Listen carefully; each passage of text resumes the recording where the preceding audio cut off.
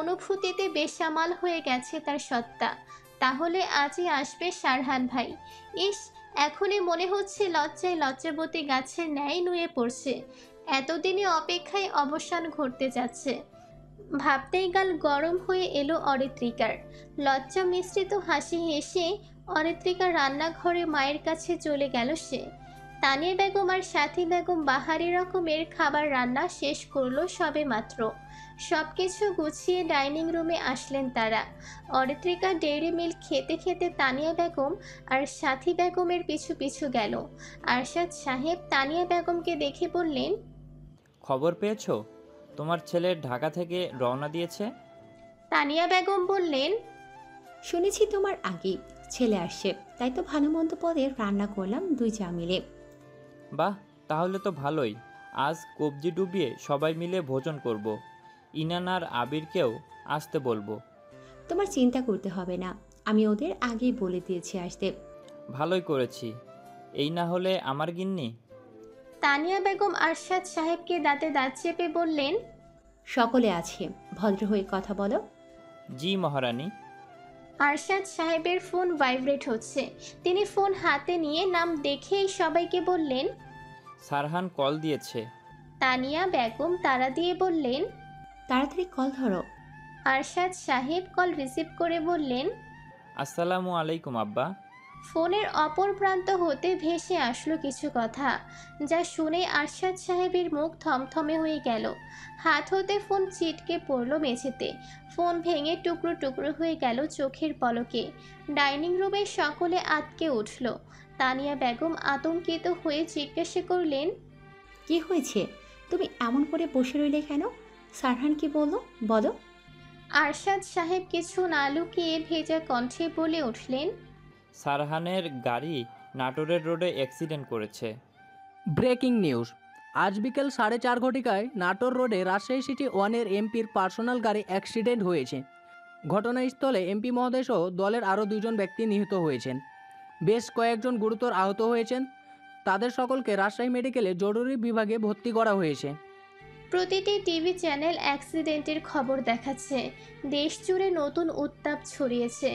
একজন এমপির মৃত্যুতে দেশের নেতা কর্মীরা যেন মরিয়া হয়ে উঠেছে। কেউ কেউ সোশ্যাল মিডিয়াতে দুঃখ প্রকাশ করছে, কেউ বা শোক প্রকাশে ব্যস্ত। প্রেস মিডিয়া এমপির বাড়িতে যেন হুমড়ি খেয়ে পড়েছে। এদিকে চৌধুরী বাড়ির সামনে ভিড় জমিয়েছে সাংবাদিকরা। তাদের ভেতরে কেউ ঢুকতে দিচ্ছে না। সিকিউরিটি গার্ড মেইন দরজা তালাবদ্ধ করে রেখেছে। তানিয়া বেগম ছেলের শোকে মূর্ছা যাচ্ছেন। কান্না করতে করতে অসুস্থ হয়ে পড়েছেন। সাথী বেগমও কান্না করেই যাচ্ছেন। তবুও নিজেকে সামলে তানিয়া বেগমকে সান্ত্বনা দিতে ব্যস্ত তিনি। সন্তানের কোনো খোঁজ পাওয়া যাচ্ছে না। কি অবস্থায় আছে এসব শুনে যে কোনো মা ভেঙে পড়বে। সাথী বেগম সারহানকে নিজের ছেলের মতোই দেখেন। ছেলেটা যে কি অবস্থায় আছে এই নিয়ে দুশ্চিন্তাগ্রস্ত সময় পার করছেন। ইসমা বেগম সারহানের খবর শুনে কাজকর্ম ফেলে ইশরাকে সাথে নিয়ে চলে এসেছেন। আসতেই দেখতে পেলেন তানিয়া বেগমের বিধ্বস্ত অবস্থা। দেখেই হু হু করে তার মন কেঁদে উঠল। ইসমা বেগমের মন। তিনি সদর দরজা পেরিয়ে ডাইনিং রুমে এসে তানিয়া বেগমের পাশে বসলেন। ভাবি, একটু শান্ত হন, দেখবেন সারহানের কিছুই হয়নি, একদম ঠিক আছে। তানিয়া বেগম উচ্চস্বরে কেঁদে উঠলেন। কান্নারত কণ্ঠে বললেন, আমার ছেলে ভালো নেই, আমায় সারহানের কাছে নিয়ে চলো। আমার সোনার টুকরো ছেলে, ওর কিছু হলে আমি মরে যাব। আমাকে আমার ছেলের কাছে নিয়ে যাও। ভাবি, আমরা যাব তো সারহানের কাছে, একটু শান্ত হন। ইসমা বেগম আশেপাশে তাকিয়ে সাথী বেগমকে জিজ্ঞাসা করলেন, বড় ভাই আর ছোট ভাই কোথায়? সাথী বেগম অশ্রু মুছে বললেন, সারহানের খোঁজ বেরিয়েছে। এখনো খবর পাওয়া যায়নি? সারহানের সাথে আবির ছিল, কিন্তু ওর ফোনও বন্ধ। আরও কয়েকজনকে কল করা হয়েছে, কেউ ফোন তুলছে না। শুধু নাটোরে অ্যাক্সিডেন্ট হয়েছে, এটাই খবর পাওয়া গেছে। ইশরা ডাইনিং রুমে অরিত্রিকাকে না দেখতে পেয়ে অবাক হলো। এই মেয়ে গেল কোথায়? নিচে সবাই কান্না করছে আর অরিত্রিকা অনুপস্থিত। ইশরা সাথী বেগমকে জিজ্ঞাসা করলো, মামি, অরিত্রিকা কোথায়?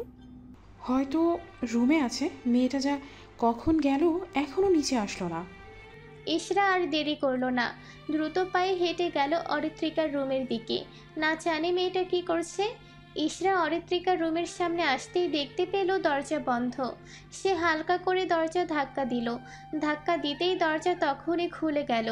ইশরা সময় নষ্ট না করে রুমে ঢুকতেই দেখতে পেল অরিত্রিকা মেঝেতে এলোমেলোভাবে অবস্থায় পড়ে আছে। ইশরার চোখের সামনে এমন দৃশ্য দেখে ভয় পেয়ে গেছে। সে হন্তদন্ত হয়ে ছুটে গেল অরিত্রিকার কাছে। অরিত্রিকার মাথা বরাবর বসতেই দেখল অরিত্রিকার মুখ ফ্যাকাশে হয়ে গেছে, চোখ মুখও মলিন, জীর্ণ শীর্ণ হয়ে আছে। ইশরা আতঙ্কগ্রস্ত হয়ে অরিত্রিকাকে মৃদু ধাক্কা দিয়ে ডাকতে লাগলো। এই অরিত্রিকা, ওঠ। কি হয়েছে? আমার কথা শুনতে পাচ্ছিস? এই বনু, ওঠ না প্লিজ। তোর অবস্থা থেকে আমার ভয় লাগছে। অরিত্রিকার কোনো সারা শব্দ না পেয়ে ইশরা আরও বেশি ভয় পেয়ে গেল। অরিত্রিকা তো চোখ খুলছে না, নিশ্চয়ই চেতনা হারিয়েছে। এখন কি করবে সে? মাথা কাজ করছে না তার।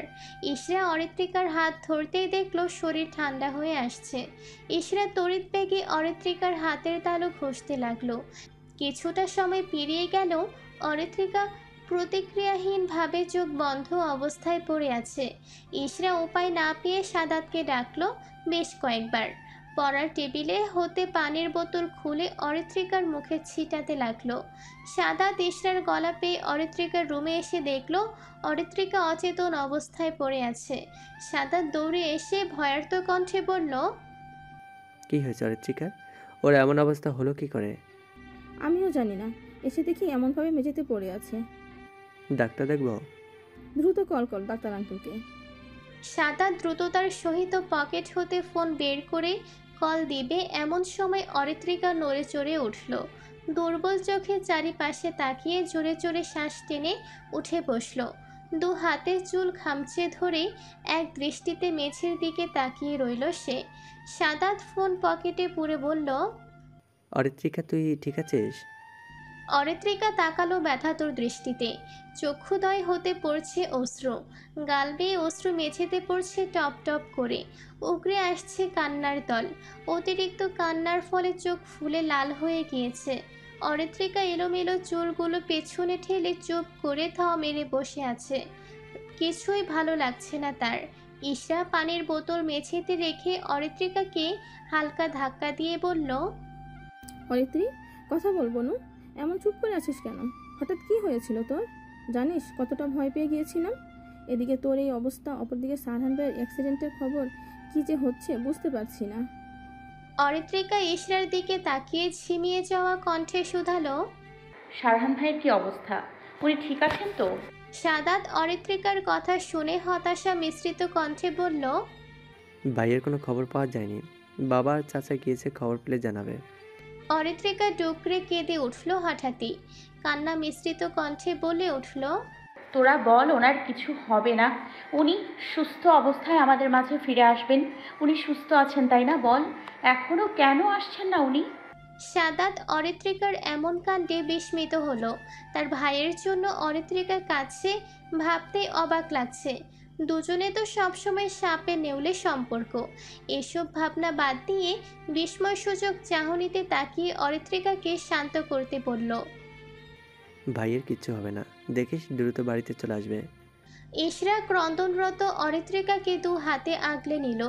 অরিত্রিকা ফুপিয়ে কেঁদে বলল, আমাকে ওনার কাছে নিয়ে চল, আমি ওনাকে দেখব। ইশরা সাদাতের দিকে তাকালো করুণ চোখে। সাদাত ইশরাকে ইশারা করলো কিছু বলার জন্য। ইশরা অরিত্রিকার মাথা নেড়ে দিয়ে বলল, আচ্ছা যাবো, এবার একটু চুপ করবো না, এমনভাবে কাঁদলে শরীর খারাপ করবে। আমি আর পারছি না রে। উনি এমন কেন বলতো? ঢাকায় গিয়েছেন, আমায় জানানোর কোনো প্রয়োজন বোধ করেননি। গিয়ে 15 দিন ছিল, তবু একবারও কল করেননি। কল করে বলেননি অ্যাডমিশন কেমন দিয়েছে। অথচ ওনার জন্য আমি কতটা কষ্ট পেয়েছি তা কি জানেন? আমি কতটা কষ্ট পেয়েছি তা কি জানেন? উনি আমার ফিলিংস কেন বোঝেন না? ভালোবাসি বলেই কি অবহেলা করছেন? অবহেলা করছেন ঠিক আছে, তাই বলে নিজের খেয়াল তো রাখতে পারতেন। আজ আমি খুশি ছিলাম উনি এতদিন পর আসছেন, অথচ আমার খুশি যেন ওনার জীবনে অভিশাপ হয়ে গেল। এক নিমিষেই যেন শেষ হয়ে গেল সব। আমি ওনাকে এক পলক চোখের দেখা দেখতে চাই, আমায় নিয়ে চল। সাদাত অরিত্রিকার মুখ হতে নির্গত উৎভ্রান্তের ন্যায় কথাগুলো শুনে হা হয়ে গিয়েছে। এগুলো কি বলল অরিত্রিকা? তার ভাইকে ভালোবাসে? অসম্ভব। এটা কিভাবে হতে পারে? তার মাথায় কিছুই আসছে না। চারিদিকে শকড করা খবর। সাদাতের মনে পড়ে গেল চিঠির কথা। তাহলে কি তার ভাইকে নিয়েই অরিত্রিকা চিঠিটি লিখেছিল? সাদাত মাথায় হাত দিয়ে বসে রইল। নিজের কানে শুনেও তার বিশ্বাস হচ্ছে না। সাদাত অবিশ্বাস্য চোখে অরিত্রিকার দিকে তাকিয়ে ইশরার দিকে তাকালো। ইশরা সাদাতের দিকে তাকিয়েই ছিল। সে সাদাতের থমথমে মুখাবয়ব দেখে বুঝলো অনেকটা শক পেয়েছে। ইশরা সাদাতকে বলল, এখনই বাড়ির কাউকে কিছু বলিস না। বাড়ির কারোর মনের অবস্থা ভালো না। আবার যদি এই কথা জানতে পারে তবে পরিবেশ আরও বিগড়ে যেতে পারে। সাদাত থমথমে মুখে বলল, এইসব কবে থেকে চলছে? বুঝলাম অরিত্রিকা ভাইকে পছন্দ করে, ভাইও কি অরিত্রিকাকে পছন্দ করে? আমার তো ভাইয়ের কোনো আচরণে এমন কিছু মনে হয়নি। আমারও মনে হয়নি। তবে অরিত্রিকা আর সারহান ভাইয়ের মাঝে তেমন কিছুই নেই। অরিত্রিকা ভাইকে ভালোবাসে, কিন্তু সারহান ভাইয়ের মনে কি আছে সঠিক জানি না। সাদাতের কল আসায় ফোন বন্ধ করে পকেট হতে ফোন বের করে রিসিভ করলো। রিসিভ করার কিছুক্ষণ পরই কল কেটে দিল অপর পাশে থাকা ব্যক্তিটি। সাদাত ব্যস্ত ভঙ্গিতে দাঁড়িয়ে ইশরাকে বলল, রাজশাহী মেডিকেলে যেতে হবে, ভাই ওখানে অ্যাডমিট আছে। তুই আর অরিত্রিকা যদি যেতে চাস রেডি হয়ে নিচে চলে আয়, আমি মাকে খবর দিচ্ছি। ঠিক আছে। রাজশাহী মেডিকেলে অপারেশন থিয়েটারের সামনে দাঁড়িয়ে আছেন আরশাদ সাহেব আর আজমল সাহেব। তাদের চোখে মুখে চিন্তিত ভাব ফুটে উঠেছে। দুজনেই পায়চারি করছেন সমান তালে। আরশাদ সাহেব বারবার অপারেশন থিয়েটারের দিকে তাকাচ্ছেন। বক্ষের ছেলে হারানোর ভয় যেন জেঁকে ধরেছে।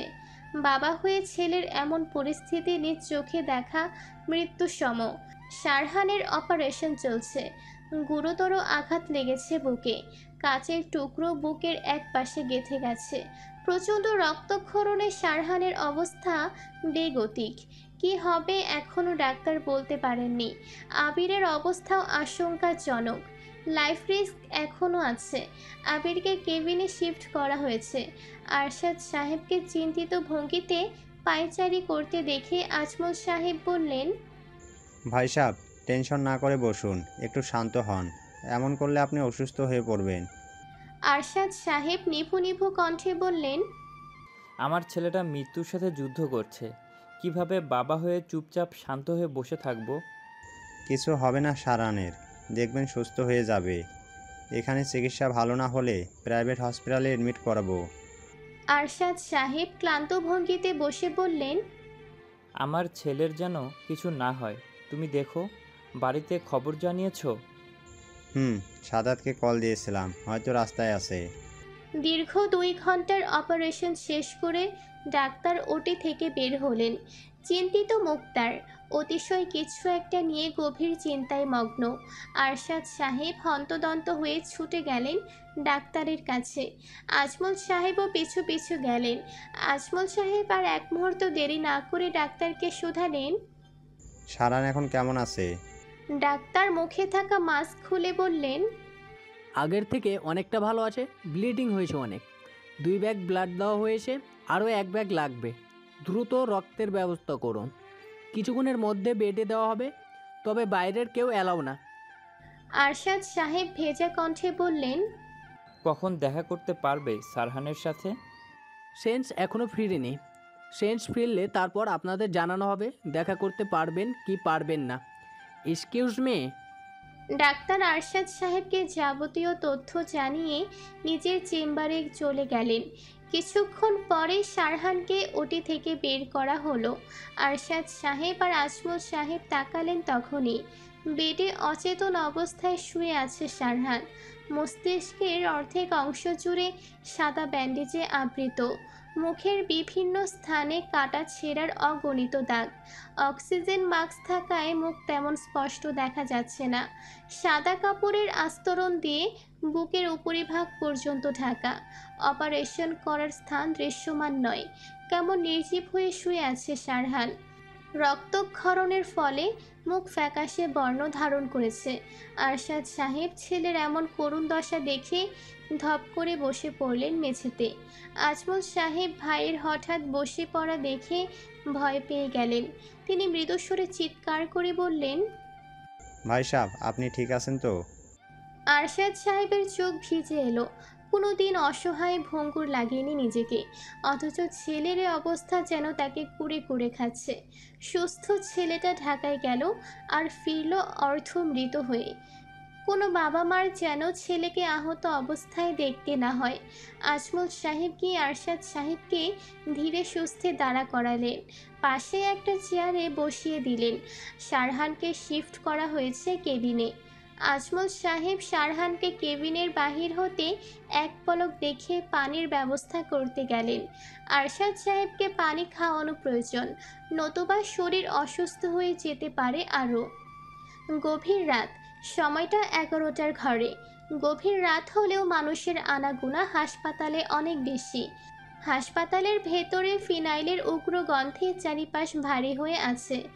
আলো বাতাসের অস্তিত্ব পাওয়া দুষ্কর। পরিবেশটাও কেমন গোমট ভাব। পরিস্থিতি স্বাভাবিক নয়, কেমন সব অদ্ভুত অনুভূতি। শারহানকে উন্নত চিকিৎসার জন্য প্রাইভেট হাসপাতালে অ্যাডমিট করা হয়েছে সন্ধ্যের পর। আরশাদ সাহেব চাননি মেডিকেলে শারহানের চিকিৎসা হোক। মূলত সেখানকার পরিবেশ স্বাস্থ্যকর নয়। ডাক্তারও খামখেয়ালি ভাব নিয়ে চিকিৎসা করে, নার্সও তেমন রোগীর যত্ন করে না। শারহানকে দেখার জন্য তানিয়া বেগম, সাথী বেগম, ইসমা বেগম, সাদাত, অরিত্রিকা ও ইশরা এসেছে সন্ধ্যের পরই। সকলের মন অসম্ভব খারাপ। সবাই বাহিরে নিজেদের স্বাভাবিক রাখার চেষ্টা করলেও ভেতরে ভেতরে ভেঙে পড়েছে অনেকটাই। আরশাদ সাহেব আর আজমল সাহেব এমপির জানাজায় গিয়েছেন। দলের একজন নেতা অকালে মৃত্যুবরণ করেছেন, যাওয়া জরুরি। তার ওপর বেশ বিশ্বস্ততা ছিল তাদের সাথে, না গেলে বিষয়টা খারাপ দেখায়। সাথী বেগম আর তানিয়া বেগম কেবিনের বাহিরে বসে আছেন। তাদের উপর দিয়ে আজ বিশাল ঝড় বয়ে গেছে। পরিবারের উপরে বড় কোনো বিপদ আসেনি, এই প্রথম ভয়াবহ পরিস্থিতি পার করেছে সকলে। তানিয়া বেগম শারহানের অবস্থা দেখে অসুস্থ হয়ে গেছেন। সাথী বেগমের বাহুতে মাথা ঠেকিয়ে বসে আছেন চোখ বন্ধ করা অবস্থায়। প্রেশার বেড়ে যাওয়ায় শরীর খারাপ লাগছে তার।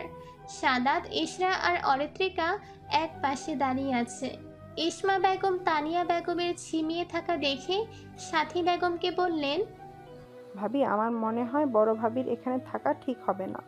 উনার শরীরের অবস্থা খারাপ, হাসপাতালে থাকলে আরও খারাপ হয়ে যেতে পারে। আমি বলি কি, ভাবিকে নিয়ে আমি বাসায় যাচ্ছি, আপনি থাকুন। সাথী বেগমেরও মনে হলো ইসমা বেগম ঠিক বলছেন। তিনি সায় দিয়ে বললেন, আমারও তাই মনে হচ্ছে। ভাবিকে বাসায় নিয়ে যাওয়াই ভালো হবে। খাবার খাইয়ে প্রেশারের ওষুধ খাইয়ে দিও। সাদাতকে সাথে নিয়ে যাও, তোমাদের রেখে আবার এখানে আসবে। ঠিক আছে। সাথী বেগম তানিয়া বেগমকে ধীরে ডেকে বললেন, ভাবি, আপনি বাসায় যান, আমি এখানে আছি সারহানের খেয়াল রাখার জন্য। তানিয়া বেগম মাথা উঁচিয়ে শারহানের কেবিনের দিকে তাকিয়ে ক্ষীণ স্বরে বললেন, আমি যাব না। সারহানের সাথে আমার একবারও কথা হলো না। ও যদি জেগে দেখে আমি নেই পাশে, তাহলে রাগ করবে। আপনার শরীর খারাপ, সারহান যদি জানে আপনি অসুস্থ অবস্থায় হাসপাতালে আছেন তাহলে রাগ করবে। আমরা তো আছি, চিন্তা করবেন না। সাদাত মাকে বলল, মা, চাচি ঠিক কথা বলছে।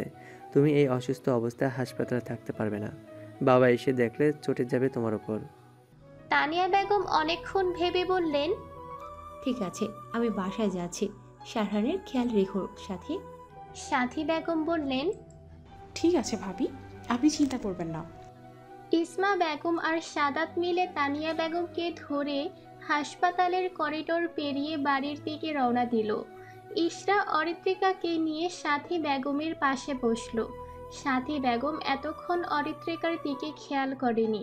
তিনি মেয়ের বিধ্বস্ত রূপ দেখে আঁতকে উঠলেন। অরিত্রিকা নিশ্চুপ বসে আছে, অনুভূতিহীন মানুষের ন্যায়। তার মাঝে কোনো হেলদোল নেই। সাথী বেগম মেয়ের কপালে হাত দিয়ে চিন্তিত স্বরে বললেন, জ্বর তো আসেনি, তাহলে মুখ লাল হয়ে আছে কেন? শরীর খারাপ লাগছে মা? অরিত্রিকা সাথী বেগমের কথায় কোনো প্রতিক্রিয়া করলেন না, মূর্তির ন্যায় বসে রইল। সাথী বেগমের কোনো কথা কর্ণগোচর হলো না। তার চোখ শারহানের কেবিনের দিকে স্থির, এক ধ্যানে কিছু একটা দেখে চলেছে। আশেপাশে কোনো কিছুই মনোযোগ নেই। ইশরা দেখল অরিত্রিকার কোনো হেলদোল নেই। সে উপায় না পেয়ে বলল, মামি, অরিত্রিকার মাথা ব্যথা করছে, তাই এমন দেখাচ্ছে। আগে জানলে তো ভাবির সাথে বাড়ি পাঠিয়ে দিতাম। এমন অসুস্থ শরীরে এখানে থাকলে আরও অসুস্থ হয়ে যাবে। সমস্যা নেই, ওষুধ খেয়ে এসেছে। আমি তো আছি, কোনো সমস্যা হলে ওকে নিয়ে বাসায় চলে যাব। সাথী বেগম আর কিছুই বললেন না, কিন্তু মনে মনে চিন্তিত হয়ে রইলেন। মেয়েটা এই অসুস্থ অবস্থায় না থাকলেও পারত। ইশরা অরিত্রিকাকে ফিসফিসিয়ে বলল, নিজেকে স্বাভাবিক কর, সবার সামনে এভাবে থাকলে তোকে নিয়ে নতুন করে টেনশন শুরু করবে। অরিত্রিকা কেবিনের দিকে হতে চোখ ফিরিয়ে ইশরার দিকে তাকালো। চক্ষুদয়ের কান্নার আভাস, অশ্রুতে টইটুম্বুর অবস্থা। নেত্রপল্লব ঝাপটাতেই অশ্রু গড়িয়ে চিবুক ছুঁয়ে গেল। ইশরাও চক্ষুদয় ছলছল করে উঠল। সে হাত দ্বারা অরিত্রিকার গালে অবশিষ্ট নোনা পানি মুছিয়ে দিয়ে ইশারা করলো কান্না না করার জন্য। অরিত্রিকা নিজেকে স্বাভাবিক রাখার চেষ্টা করছে, কিন্তু পারছে না। চক্ষুর সম্মুখে প্রিয় মানুষটির আহত অবস্থায় বেডে শুয়ে থাকতে দেখে কেউ কি ভালো থাকতে পারে? না, পারে না। প্রায় ঘন্টাখানেক আগে দুরু দুরু বুকের সাহস নিয়ে কেবিনের বাহিরে হাতে কাচের আস্তরণ ভেদ করে এক পলক দেখেছে। দেখেই মাথা ঘুরে গেছে তার। নিজ চোখে আর সাহস হয়নি মানুষটিকে দেখার। এখনো ভেসে উঠছে শারহানের মলিন, ক্ষতযুক্ত মলিন ফ্যাকাশে মুখখানা। রক্তশূন্য অবস্থায় অচেতন নিথর দেহ বেডে পড়ে আছে। আহ, কত কষ্টদায়ক দৃশ্য! শখের পুরুষের এমন করুণ দৃশ্য অরিত্রিকার মন থেকে মেনে নিতে পারছে না। সেখানেই যেন থমকে আছে সে। কল্পপুরুষের নীরবতা পীড়াদায়ক। রাতের প্রায় শেষ প্রহর। পুরো হাসপাতাল এখন নিস্তব্ধ। আশেপাশে মানুষের আনাগোনা খুবই কম। ঘুমে আচ্ছন্ন সকলে, কিন্তু অরিত্রিকার দুই চোখে ঘুমের কোনো রেশ পর্যন্ত নেই। এখনো চুপচাপ আগের মতোই বসে আছে, মনে যেন পাথর হয়ে গেছে। সে পাশে তাকিয়ে দেখল ইশরা, সাথী বেগম, সাদা তন্দ্রঘরে আচ্ছন্ন। আজমল সাহেব আর আরশাদ সাহেব নামাজের জন্য গিয়েছেন। কিছুক্ষণ পরেই আজান দিবে। অরিত্রিকা বসা অবস্থা থেকে উঠে দাঁড়ালো। সুন্দরভাবে মাথায় ওড়না জড়িয়ে সে পা বাড়ালো শারহানের কেবিনের দিকে। কেবিনের বাহির হতে দরজার কাছ ভেদ করে শারহানের দিকে অপলক চেয়ে রইল অরিত্রিকা। বেশিক্ষণ তাকিয়ে থাকতে পারল না। চোখ সরিয়ে নিল সে। শরীর যেন শিউরে উঠছে। জোরে জোরে শ্বাস টেনে আবারও তাকালো। তাকিয়ে থাকা অবস্থায় দেখল শারহান কিছুটা নড়ে উঠল। অরিত্রিকা নিজেকে স্থির রাখতে পারল না। শারহানকে এক পলক কাছে হতে দেখার জন্য মরিয়া হয়ে উঠল। একবার মানুষটির হাত ছুঁয়ে দেখার ইচ্ছে জাগল। অরিত্রিকা আর কিছু ভেবে সময় নষ্ট না করার মতো ভুল করল না। নিজের মনে চলা ভাবনাকে প্রাধান্য দিল। অরিত্রিকা দরজা খুলে ক্ষীণ পায়ে এগিয়ে গেল শারহানের দিকে। আশেপাশে চোখ বুলিয়ে চেয়ার টেনে শারহানের বেড হতে অল্প দূরত্বে বসল অরিত্রিকা। বক্ষে অজানা ভয়ে স্থিতি আছে সে। আতঙ্কে ভয়ে দরদর করে ঘামছে। বারবার ঠোক গিলছে সে। শরীরও কেমন অসাড় হয়ে আসছে। অরিত্রিকার চোখ ঝাপসা হয়ে আছে। অশ্রু ভরা চক্ষুতে শারহানের পানে তাকিয়ে আছে। অক্সিজেন মাস্ক খুলে দেওয়ায় মুখ স্পষ্ট দেখতে পাচ্ছে। সন্ধ্যের পরে সেন্স ফেরায় অক্সিজেন মাস্ক খুলে দিয়েছিল ডাক্তার। শারহানের পুরো মুখে কাটা ছেঁড়ার অসংখ্য দাগ। কপালের অর্ধাংশ ব্যান্ডেজ থাকলেও কিছু অংশ রক্তে ভিজে লাল হয়ে আছে। অরিত্রিকা আজ মানুষটিকে খুঁটিয়ে খুঁটিয়ে দেখতে ব্যস্ত। মানুষটিকে অন্য সময় হলে শারহান ভাই ক্ষিপ্ত হয়ে বলতো, আমার দিকে হাঁ করে তাকিয়ে আছিস কেন? আগে কি কখনো দেখিসনি? তবে আজ নিশ্চুপ হয়ে আছে। অরিত্রিকা মনে মনে আকুল গলায় বলল, শারহান ভাই, আপনাকে এমন নিশ্চুপ মানায় না, কথা বলুন প্লিজ। শারহান ভাইকে তার মনের কথা শুনতে পেয়েছে। অরিত্রিকার হাত মৃদু কাঁপছে, তবুও কম্পনরত হাতে শারহানের শক্তপোক্ত পুরুষালী হাত নিজ মসৃণ কোমল হাতের মাঝে আঁকড়ে ধরল। বুকের মাঝে ধক করে উঠল। শান্ত ঝড় উঠেছে বক্ষে। অরিত্রিকা দু হাতে জড়িয়ে রাখা হাত নিজ গালে ঠেকিয়ে এক ধ্যানে শারহানের মুখপানে তাকিয়ে রইল। অনুভব করল শারহানের উষ্ণ হাতের ছোঁয়া। অরিত্রিকা অপলক এক দৃষ্টিতে তাকিয়ে থাকাকালীন ধীর কণ্ঠে আওড়ালো, আপনার এই নীরবতা আমায় ক্ষণে ক্ষণে কষ্ট দিচ্ছে শারহান ভাই। এমন নিশ্চুপ থাকা আপনাকে মানায় না। আপনাকে রাগী গম্ভীর যন্ত্রমানব হিসেবে মানায়। আপনি জানেন আজ আবারও আপনার হাত ধরেছি। প্রথম দিন অনিচ্ছাকৃতভাবে হাত ধরলেও আজ ইচ্ছাকৃতভাবে হাত ধরেছি। কিছু বলবেন না? বলুন, আজ সব কিছু শুনতে রাজি আমি। আপনার কথায় মন খারাপ করব না আজ। একটা কথা কি জানেন, আপনি যদি আজ হাত ধরার জন্য অপমান করতেন আমি তবুও ছাড়তাম না, আরও শক্ত করে আঁকড়ে ধরতাম। এই হাত ধরে আপনার সাথে সারা জীবন থাকতে চাই। আপনি আমায় রাখবেন আপনার ওই কঠোর হৃদয়ের মধ্যিখানে? অরিত্রিকা চোখের নোনা পানি শারহানের হাতে ভিজে যাচ্ছে। সে এক হাতে গালের গড়িয়ে পড়া অশ্রু মুছে নিল। আস্তে করে শারহানের হাত বেডে যত্ন করে রেখে দিল। শারহানের গায়ে থাকা সাদা চাদর অনেকটা নিচে নেমে এসেছে। বুকের অপারেশনকৃত স্থানের ব্যান্ডেজটি দৃশ্যমান। ব্যান্ডেজের স্থানে গোলাকৃতি হয়ে রক্তে ভিজে উঠেছে। সেই দৃশ্য দেখে অরিত্রিকার বক্ষস্থল কেঁপে উঠল। কি অসহনীয় দৃশ্য! এতক্ষণ তার ধ্যান শারহানের দিকে থাকায় খেয়াল করেনি। ইস, কি ভয়াবহ দৃশ্য! কতই না কষ্ট পেয়েছে তার শ্যাম পুরুষ। অরিত্রিকা নিজেকে শক্ত করে ঈষৎ কাপা হাতে শারহানের বুকের ব্যান্ডেজ করা স্থানটি ছুঁয়ে দিল। গভীর চোখে অবলোকন করল সে। ক্ষত স্থানটি অনেকটাই গভীর। এর জন্যই অতিরিক্ত রক্তক্ষরণ হয়েছে। অরিত্রিকা দুই হাতে চাদর টেনে দিল শারহানের শরীরে। চোখ সরিয়ে কেবিনের জানালা দিয়ে বাহিরে তাকালো। কিছুটা পরিষ্কার হয়ে এসেছে চারিপাশ। কিছুক্ষণ পরে সকাল হবে। কেবিন থেকে চলে যেতে চাইলেও মন টানল না অরিত্রিকার। সে নিজ হাতে ভর দিয়ে শারহানের দিকে তাকিয়ে রইল। আপনার শরীরের ক্ষত যেন আপনার থেকে আমায় অধিক পীড়া দিচ্ছে শারহান ভাই। পীড়া থেকে আমায় মুক্তি দিন। ভয়ঙ্কর রাত পেরিয়ে ধরণীতে সকাল হয়েছে। কিছুটা স্বস্তিকর পরিবেশ। পাখিদের কলরবে মুখরিত চারিপাশ। সূর্যের দেখা না মিললেও হালকা আলোয় অন্ধকারাচ্ছন্ন ভাব কেটে আলোকিত হয়েছে। জানালার ধাই গ্লাস ভেদ করে বাহিরের আলো কেবিনে প্রবেশ করছে। মৃদু বাতাসে জানালার পর্দাগুলো নড়ে চড়ে উঠছে। বাতাসে যেন প্রশান্তির ছোঁয়া বইছে। শারহানের বাহিরের আলো চোখে পড়তেই ঘুম ভেঙে গেল। ধীর গতিতে চোখ খুলল সে। মাথা ব্যথায় টনটন করছে। পুরো শরীরে অসহনীয় ব্যথার আবির্ভাব হয়েছে। নড়লেও প্রচণ্ড লাগছে। কিছুটা সময় যেতেই ফিনাইলের তীক্ষ্ণ গন্ধ শারহানের নাকে এসে লাগলো। বিদঘুটে গন্ধ এক নিমেষেই জানান দিল সে হসপিটালে অ্যাডমিটেড।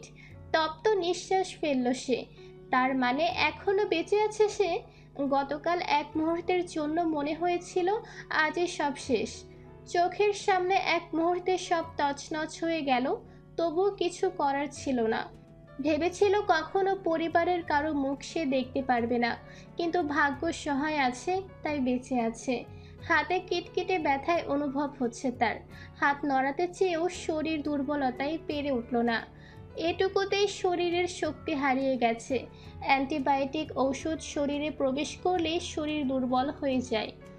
তার মানে হলো হাতে কিছুর অস্তিত্ব উপস্থিত, সেই কারণে অতিরিক্ত ভারী লাগছে। শারহান অতি কষ্টে মাথা উঁচু করে হাতের দিকে তাকালো। তাকাতে স্তব্ধ হয়ে গেল। অবিশ্বাস্য চাহনিতে তাকিয়ে রইল। অরিত্রিকা তার হাতের উপর মাথা রেখে আরামসে আয়েশ করে নিশ্চিন্ত হয়ে ঘুমাচ্ছে। মনে হচ্ছে কতদিন না ঘুমিয়ে আজ ইচ্ছে মতো ঘুমাচ্ছে। শারহান অসম্ভব ব্যথায় জর্জরিত হয়ে হাত অরিত্রিকার মাথার নিচ হতে বের করে নিল। ব্যথায় খিচে এলো তার মুখ। ঠোঁট কামড়ে ব্যথা নিবারণের ব্যস্ত হলো সে। অরিত্রিকার ঘুমের ব্যাঘাত ঘটায় কিছুটা বিরক্তির সহিত ঘুমো ঘুমো চোখে তাকালো। এখনো পরিপূর্ণ ঘুম না হওয়ায় বিরক্ত সে। বেড হতে মাথা তুলে সামনে তাকাতেই সারহানের ব্যথায় কুঁচকে যাওয়া মুখ দেখল। দেখেই ভীত হলো সে। অরিত্রিকা বিচলিত ভঙ্গিতে বলল, কি হয়েছে আপনার? কোথায় ব্যথা করছে? অরিত্রিকার ঘুমো ঘুমো মোহনীয় কণ্ঠস্বর কর্ণপাত হতেই সারহান অরিত্রিকার দিকে তাকালো। মেয়েটা উদ্বিগ্ন হয়ে তাকিয়ে আছে তার দিকে।